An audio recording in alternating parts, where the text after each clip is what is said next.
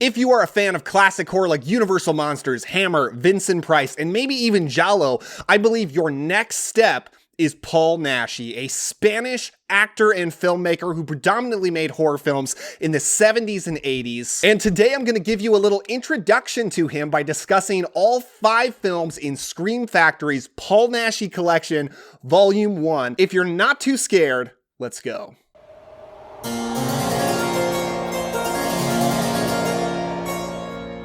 What's going on, my friends? Welcome again to the Cobwebs channel. My name is Daniel, and I'm so excited to talk to you about Paul Naschy, or by his original name, Joaquinto Molina Alvarez. I think I pronounced that right. This video is going to have a lot of pronouncing Spanish words and names.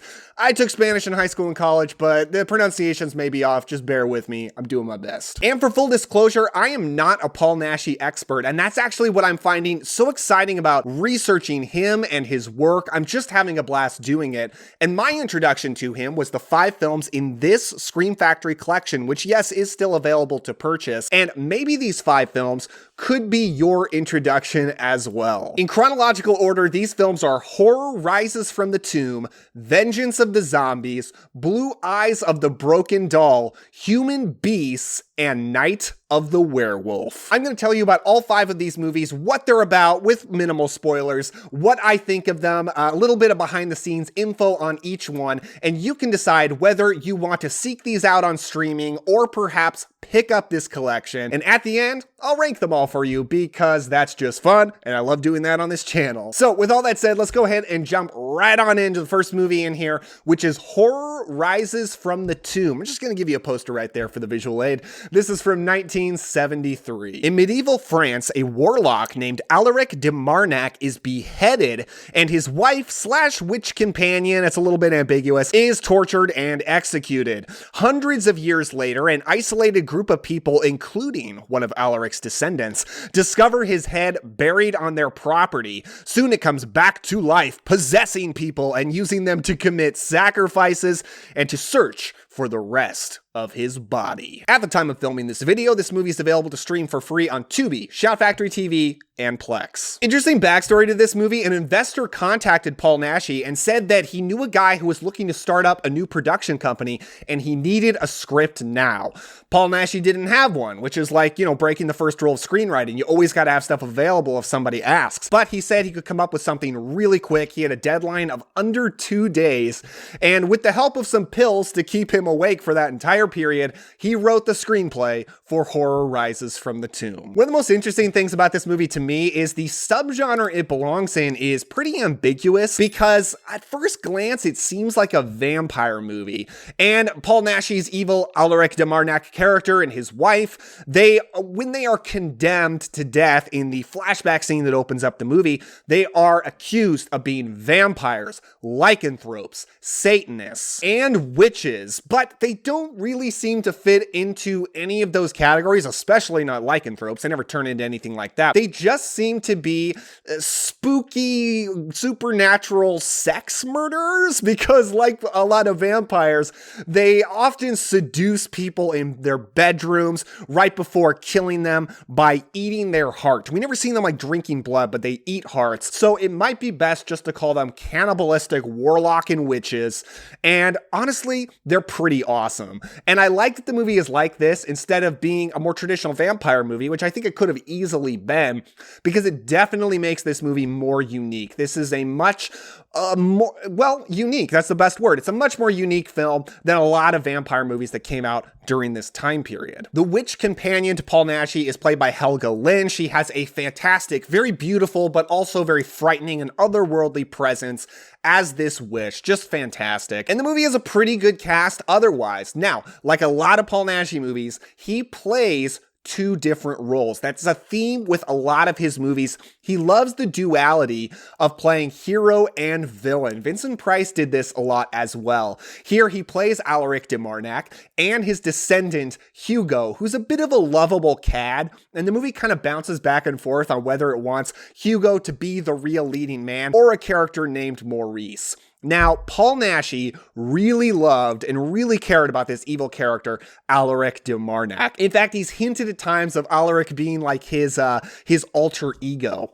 Now, in this Blu-ray collection, you do get a booklet of essays, and the guy that wrote all of these essays, his name is, I want to make sure I get this right, Marek Lipinski, and he tells a pretty interesting story where he met Paul Naschy at a convention, and he said, oh, like, it's such a pleasure to meet Paul Naschy, and also Waldemar Daninsky, who is Paul Naschy's most famous character. More on him a little bit later. But Paul Naschy very seriously replied, and Alaric de Marnac. So yes, he cared a lot about this character, and this is also the only character other than Waldemar Daninsky where he would appear multiple times. In fact, just twice, this character also appears in Panic Beasts, a Paul Naschy movie from 1983. Wow, that felt like information overload. Let's go ahead and just talk about the fun stuff of this movie a little bit more. This is so much fun because Paul Naschy, he really strikes me as just being like a big old horror nerd, a guy who just loves classic monster movies. In addition to having some, more intellectual goals with some of his movies, if you read him talk,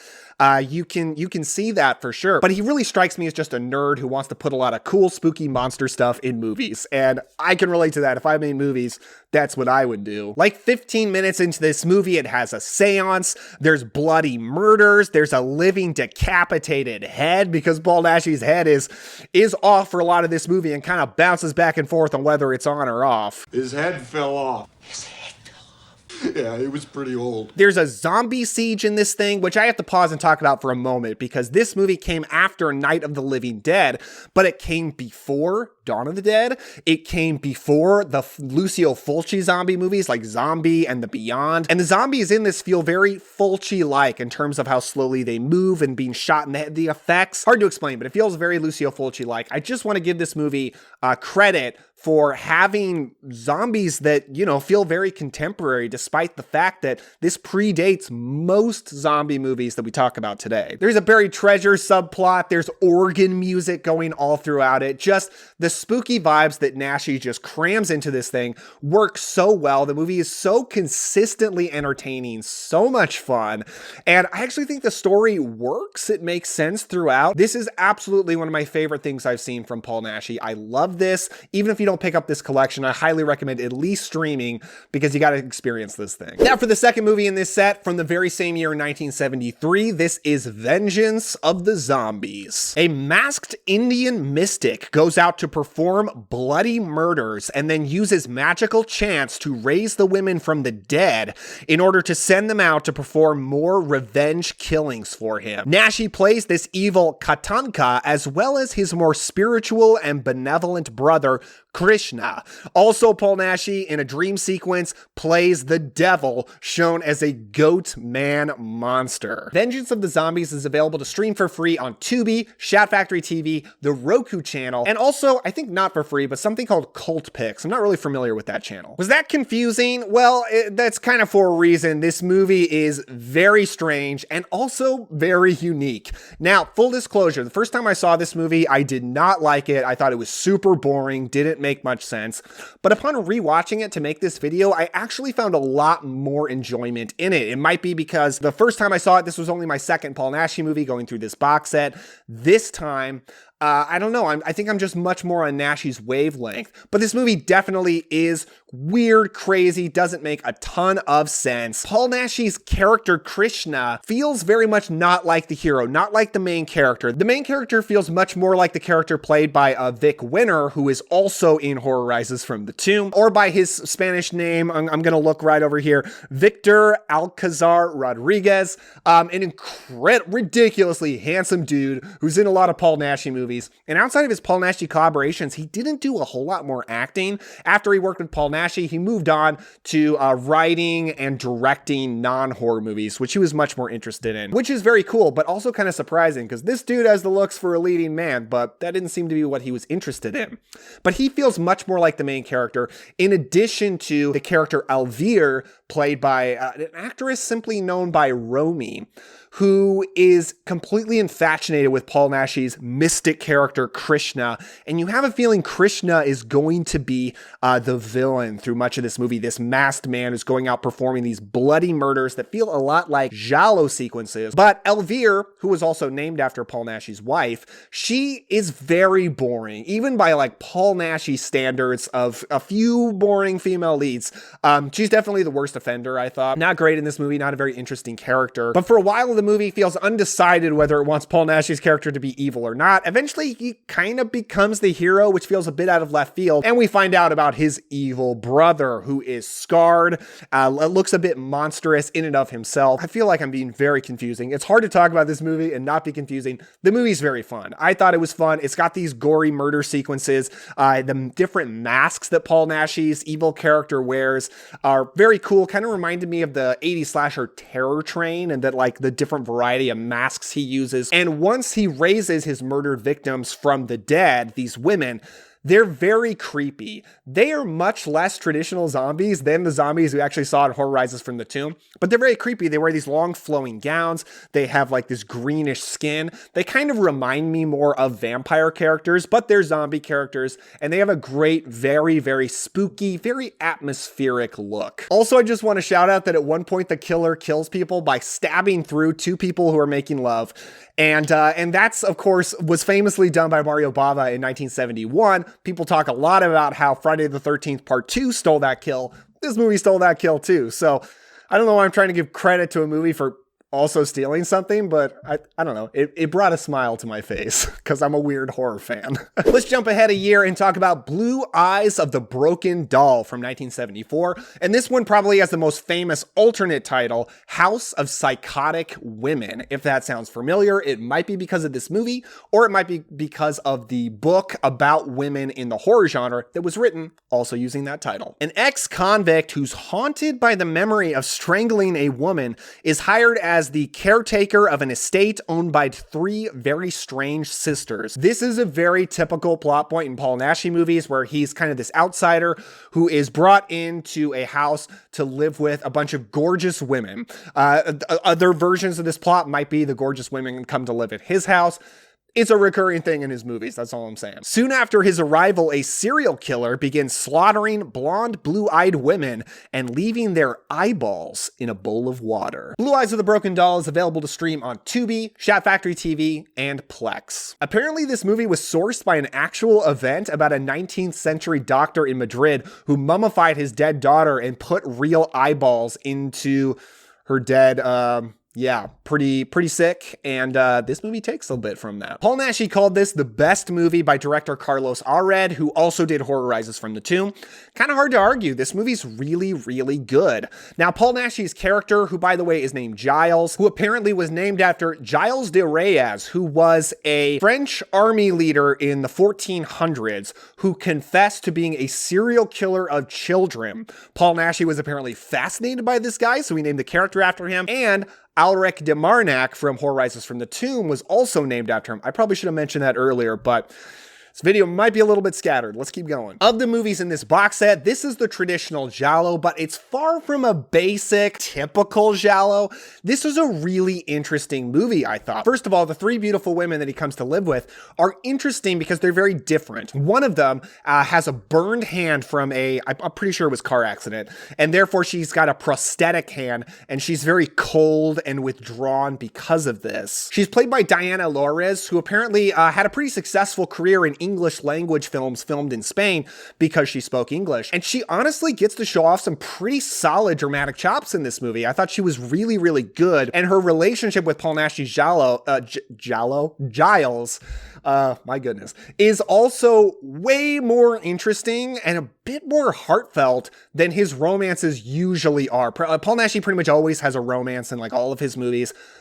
Gosh, is this the best one? It honestly might be. The other two, there's a sister who is paralyzed, also due to this car accident, and then the sister who is sleazy. That's her character. Paul Naschy movies, also in addition to the woman he falls in love with, usually also has a very sleazy woman, and he often has a good time with both. It's a lot like the structure of James Bond movies, actually. Like James Bond movies, he's always got like a woman at the beginning who either turns out to be evil or dies. And then he's got the woman who like he, at least quote unquote, falls for, and they're together by the end of the movie. Paul Naschy movies are much the same. But this movie has bloody murders, black-gloved killer murders, very traditional giallo. The best one involving a gardening rake that's pretty brutal. It's got swinging 60s music all throughout that's really, really fun. Really twisted end reveal that I thought worked really well. And Paul Naschy's character, his conclusion in this movie is unusual for one of his characters. And it's like this big action shootout sequence, actually. It's pretty darn cool. I think this movie is really, really good. Probably one of my favorite giallos at this point, actually. I thought it was excellent. For the fourth film of this box set, we're jumping into the 1980s with Human Beast from 1980, otherwise known as the Beast Carnival. A hitman working for the Yakuza double crosses his employers and the woman he loves, and flees with a collection of diamonds from the latest heist.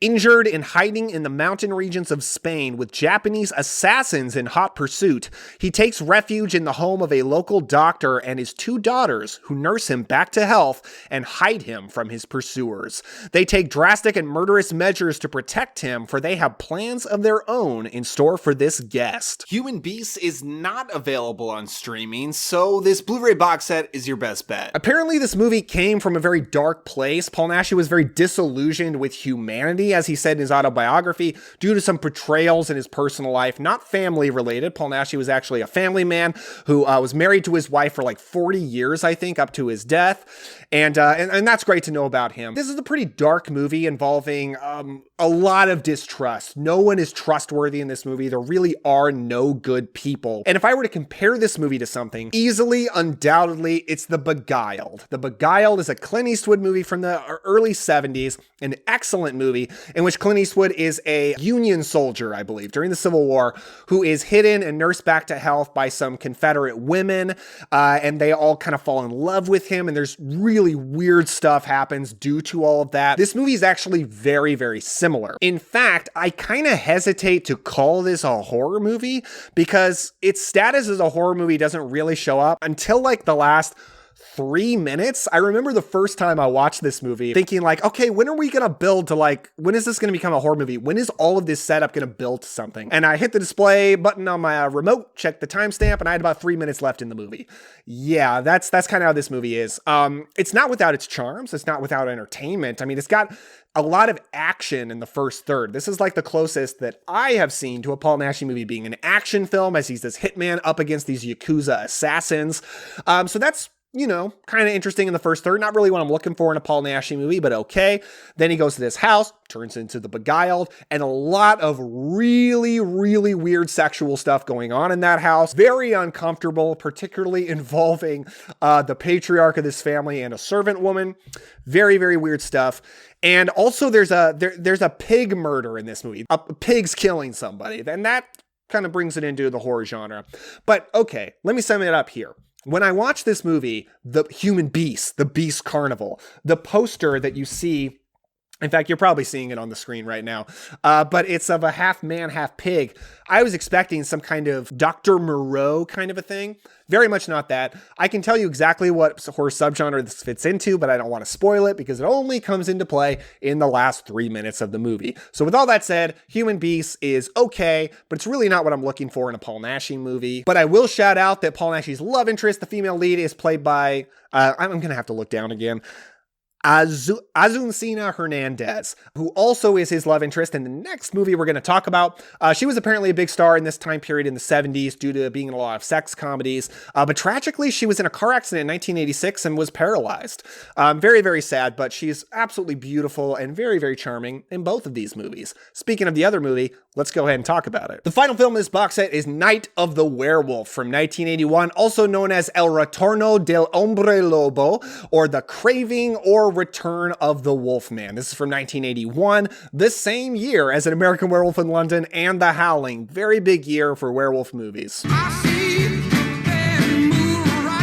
A woman obsessed with black magic and the occult brings back to life the infamous vampire Elizabeth Bathory, who was executed several hundred years previously for murdering young women and bathing in their blood. Fortunately, or perhaps unfortunately, werewolf Waldemar Daninsky is also resurrected and may be able to kill this vampire, and also a lot of other people along the way. Night of the Werewolf is available to stream for free on Plex. If you're not aware, this movie is part of a long series that Paul Naschy did, the Hombre Lobo series, a bunch of movies starring his most famous character, Waldemar Daninsky, a werewolf, and this is the 9th film in that 11-film series. One day, I really want to have seen all of these movies, and I would love to do a ranking video on the channel. It's going to take some time because not all of those movies are easily available, but one day, I'm sure that's going to happen. I think there's a reason that a werewolf ended up being the character Paul Naschy played the most and the one he's the most known for. I mean, for one thing, the Wolfman was his favorite character growing up.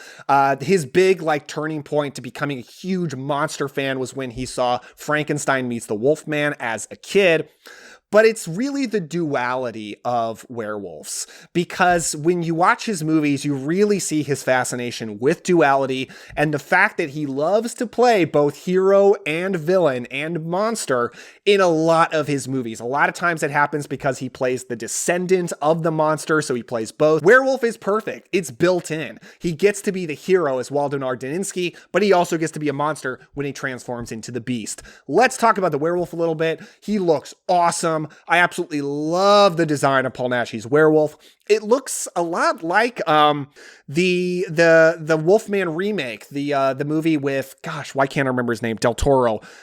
But not Benicio. Yes, Benicio, not Guillermo. Benicio del Toro in the Wolfman remake. He looks a lot like that. So I think they kind of took some inspiration from Paul Naschy. As far as transformations, there's one transformation scene that I think is fantastic, where he is just grunting and moaning and stumbling around, knocking things over. And there's a lot of cuts, cutting back to somebody watching him. Each cut back to him, you see a little bit more hair on him. It's a great transformation sequence with pretty minimal special effects. Then there's another one that uses the Lon Chaney way of the wolf hair fading on him. That doesn't work quite as well, I don't think. But this is also a vampire movie. Countess Bathory, who this movie's version of Countess Bathory is a much more traditional vampire than the version of Elizabeth Bathory in, say, Daughters of Darkness or Hammer's Countess Dracula, where it's all about her bathing in blood. This one, it's much more, she's got fangs, she's biting into people, she's more of a Dracula character. She's played by Julia Sally, who is the co-producer of this film as well. She's absolutely phenomenal. She is one of the scariest, creepiest, most otherworldly vampire presences I've ever seen in a movie, man or woman.